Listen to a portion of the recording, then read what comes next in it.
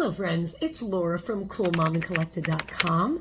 I am a homeschool mom of 5 children under 8, and we do a Charlotte Mason philosophy with Ambleside Online. If you watch my last video here, then you've already seen how I plan my homeschool year using Ambleside Online for 2 students. I have a year 1 student and a year 3 student this coming year, but today's video is all about how I plan for my Kinderleben students. What is a Kinderleben student? Is it kindergarten? What is it? Charlotte Mason's philosophy suggested not having formal lessons with a student until they turn 6 years old. So basically, a Kinderleben student is any student under the age of 6. They're not exactly having formal lessons. They're still learning a lot about the world. Thank you. Being exposed to nature, a ton of reading, learning good habits and different responsibilities. By the way, if you are enjoying this video so far, please don't forget to like and subscribe.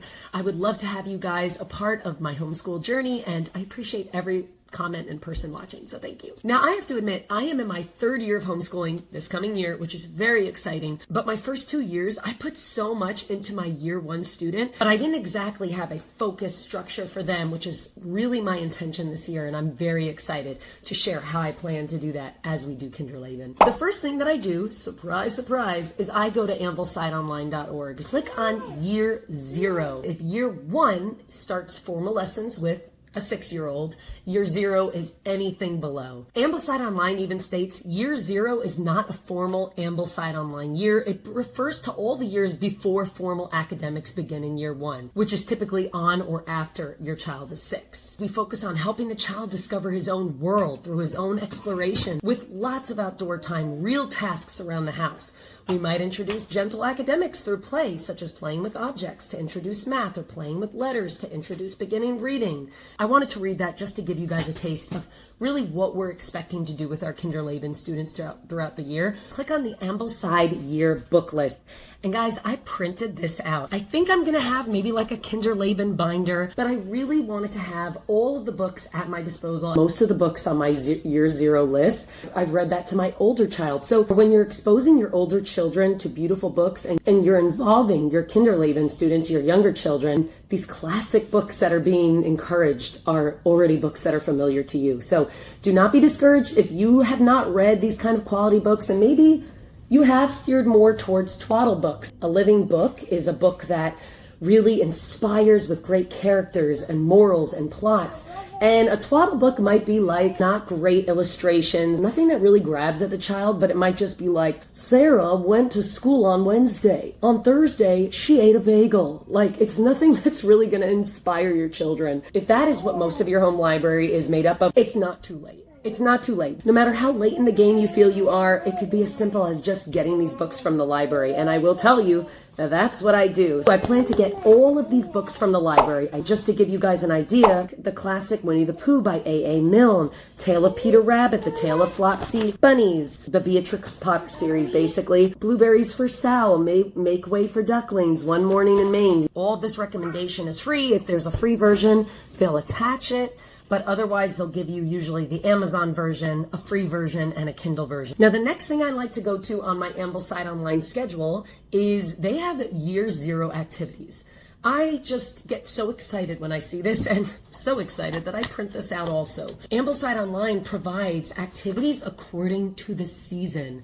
This is so cool. Winter activity suggestions: help bake cookies, look for birds' nests, squirrels' nests, mistletoe and bare trees, make snow angels. There's spring-summer activity suggestions: observe a worm crawling, look at stars, pick out the Big Dipper. They might give you 30 suggestions per season. Then there's activity suggestions for any season, and these are really geared towards your Kinderleben students. So if you're thinking, what am I supposed to do with my Kinderleben students? These are activities that they will enjoy, but also your older students will enjoy as well. The whole purpose is kind of to have these things that are geared towards your younger children to spark wonder and to get them excited for learning different things during this time of their life when they're curious about the world. They even have chore suggestions for your students. I'll give you guys an example what my children do. They wake up, they're expected to make their bed, get dressed, and put their clothes in the laundry, brush their teeth, and pick up their room. We clean our room at night. We try to stress, waking up in a clean room is so enjoyable, but since they have quiet time in the morning, there's always something on the floor. So they do a quick pickup there. Then I'll rotate the younger children between 3 different age-appropriate chores, which might be vacuuming your room. Somehow there's always a ton of paper on the floor in the morning. I don't know why. Unload the dishwasher or fill the laundry machine. These chores, with guidance and encouragement, are within a preschooler's abilities. Picking up toys, putting dirty clothes in the hamper, help sort, fold, and put away clean laundry, set the table before meals, put their own dishes away. There is a whole list on Ambleside Online. It is a balancing game, right? Because you might have older children and you're like, how do I not ignore these younger children, but give them Kinderleben experience that is filled with encouraging their imagination and desire to learn and not killing it. I also plan on allowing my children to bake and cook with me whenever possible. My year 3 student, he's 8 years old. It's very exciting. He's already like making biscuits by himself in the morning, making pancakes by himself for the family. Of course, that started with him baking with mom and cooking with mom and mom monitoring. And then, wow, he's actually doing this on his own. And of course, I'm still like watching from afar, but like he's doing it on his own. Mom's getting breakfast made for free. And it's amazing. That starts with letting your kids bake with you. And you know, if you're overwhelmed, Mom, because I'm overwhelmed too, sometimes I'm like, I just want to make pancakes in peace. I just want to pour the flour in peace without getting flour all over the house. And then there are days where I'm like, okay, Laura, they need this. You know what? This is the beauty when we involve our kids with things every day. They're learning every day. I don't want years down the line to be like, you know, my kids don't cook, they don't help. It's like, well, did you push them away when they were young, or did you allow them to be involved as a family? What do you need to change as a mother to let go more so that later on you can really let go and enjoy life, and your kids can have a love for serving and a love for helping? I feel like we really need a balance of knowing when to control and when to let go so that your children can grow. The next thing that I plan to do with my children, it's kind of like a family learning time around the table. It starts with, we get breakfast, we pray with the children. Do my Kinderleben students feel comfortable praying? And can we respect them at the place they are with the prayer that they have? It could be very, very simple prayer. And, you know, I think the thing that we want to do with our Kinderleben students that are learning to pray is really just get the idea of reverence. Okay, they don't have to do everything to our ideal. Father knows their heart. I think teaching the Father's prayer, how he taught us to pray, and then just those concepts within that prayer, and then just teaching reverence, I think is just a great start. Although Kinderleben students aren't going to be doing really formal math, really formal all these things, it is important to have them involved in the rich things that will benefit them even as Kinderleben students. With this, I'm referring to reading the Bible together. I do Bible around the table after we pray, as we're eating breakfast. I read a chapter of the Bible with my kids and we talk about it. Sometimes we do this silly thing called a pencil play, where after we read the Bible and my older children narrate back to me what they read, I'll put on a pencil play where I'll grab whatever pencils are close to me and I kind of act it out what had happened, and they always love it and have a good laugh. And it's more of like a paraphrase version of what we just read. And we'll sing our hymns. We'll also do our recitation. So if we're memorizing any scripture, and of course I'm asking my older children to do it, but if my younger kids want to get involved, having them repeat after me, that's something that I love to get them encouraged in. So my Kinderleben students around table time will be involved in reading the Bible, recitations, our hymn, our poetry, our psalms. That's all going to be involved with them, and I'm happy because that's a very, very rich time for our family. I also have my children around the table for our artist study and our composer study. Now, while my younger Kinderleben students aren't painting the artist portrait that we may be studying, they can still paint during that time if they want, or they don't have to. But the funny thing is, I find that my Kinderleben students are familiar with the painters and the composers that we're studying because they're around the table when we do it. They're listening, they're hearing about the artist, they're hearing about the composer, they're getting familiar with the music. And so that's something that I like to have them nearby because those children are younger. If they want to play Legos while we're doing composer study, that's fine. If they want to play Duplos, all of that is fine because, again, my main goal is I'm not trying to give my Kinderleben students work where they're turned off to the idea of school. In fact, my 6-year-old who is starting year 1 could not be happier. And I'm so excited because if anything, I have just allowed her to absorb what she wanted to absorb of my older student when he was doing school and she was Kinderleben. So I feel very strongly that it's important to allow your Kinderleben students to feel involved, but to not feel trapped, like school is a trapped situation or an over expectation. that surpasses their developmental capabilities. I'm not going to force my Kinderleben students to sit during composer study and artist study at times if I feel, hey, they're going to hear the music whether they're playing Legos on the floor or what. Your situation might be different from mine. We have one main living space and that's it. So if you can imagine from my situation, and you might need to change it for yours, my children are around me all the time. So we're reading Aesop's Fables out loud, everybody's hearing it. And I've actually found that a blessing where, don't get me wrong, living in a tiny space is also very challenging. Two things that I want to do for my Kinderleben students, and I am going to have these in upcoming videos. I'm extremely excited.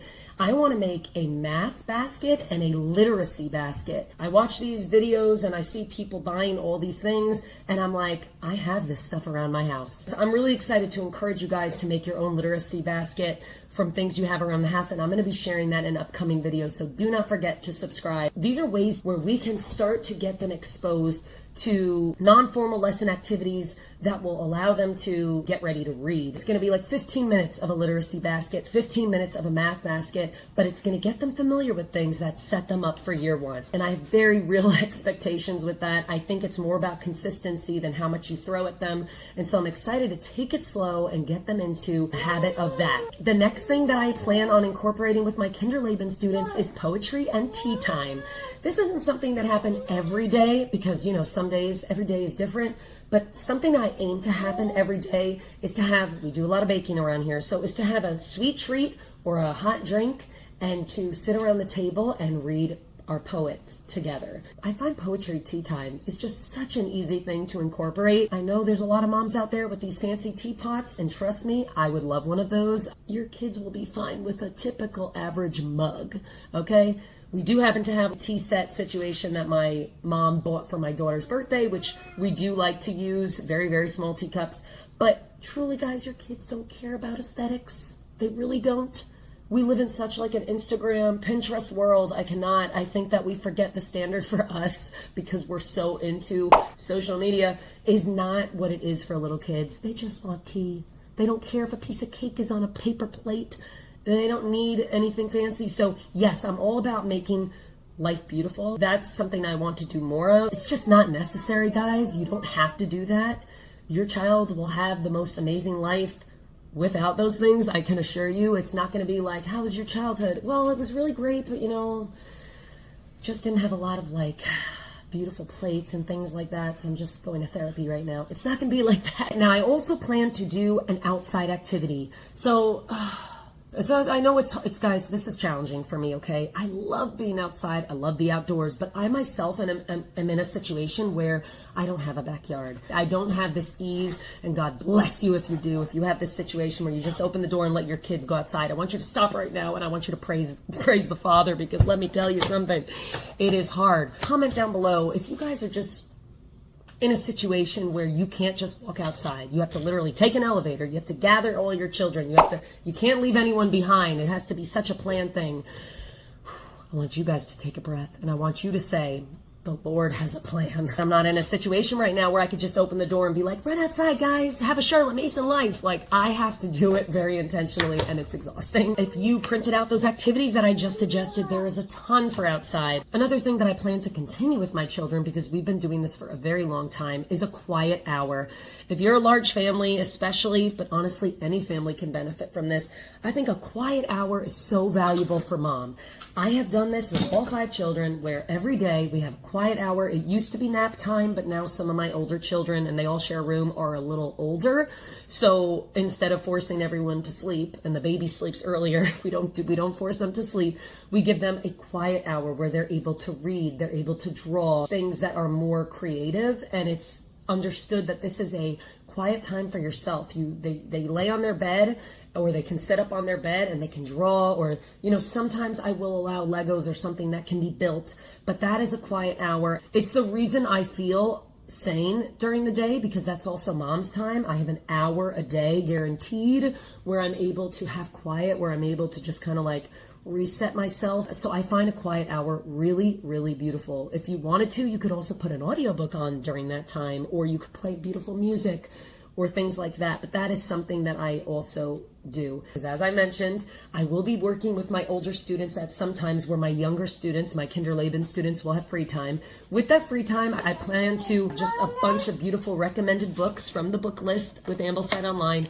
And I plan to have those in a basket where during that time, maybe I take them out and they're able to sit and relax and read those books. I don't necessarily want everything accessible to my Kinderleben students at once, because I feel if things are taken away and given at that time, at that one special time, I think children will utilize it more and it will be more of a special thing. So that could be like a handicraft, an activity, books, beautiful picture books. It can be workbooks. It can be crafts. Those are the things that I'm thinking of doing. I also made a list of Kinderleben occupations, things that maybe during free time I can have on hand. Although me and my children do so much together, I don't always want my Kinderlebens to feel like they're always stepping up to my year 1 and year 3 students. Sometimes I want to bring it down so that we're going down to the Kinderlebens level and they can have something around their developmental age. Again, in a separate video, I'm going to share about the Kinderleben occupations. I don't want this one to get too long, but it's basically going to be sharing with you a box that I want to create that has things catered to my Kinderleben students. So instead of them kind of just like running around the house trying to figure out what to do during their free time, they have the option of kind of being encouraged towards these things. So think things that aren't just like play Legos or play Duplos. Again, these are things I had around the house. I feel like these kinds of things would be really helpful for them. And the last thing that I plan to do for my Kinderleben students is habit training. A lot of you have told me on different occasions that habits is something really important that you want to instill in your children. And I have an amazing book for you guys that I am using to teach my own children habits. And I hope that you guys enjoy that. It may feel like a balancing act, whether you're balancing a ton of kids or you're just balancing life with one and all of life's other responsibilities. But I want to encourage you, these early years, there is so much grace. There is so much grace. This whole homeschool thing really isn't one shoe fits all. Even as I speak to you in these videos, I hope you guys see I'm doing what works for my family. Something may work different for yours, and that is okay. Whether we do the same thing or we don't, I want this to be a place that we can encourage each other to do what's best for each other's family, because that's what our children really need. Use your wisdom, mamas. Trust yourselves. Stay cool, calm, and collected, and I will see you guys in the next video. Bye.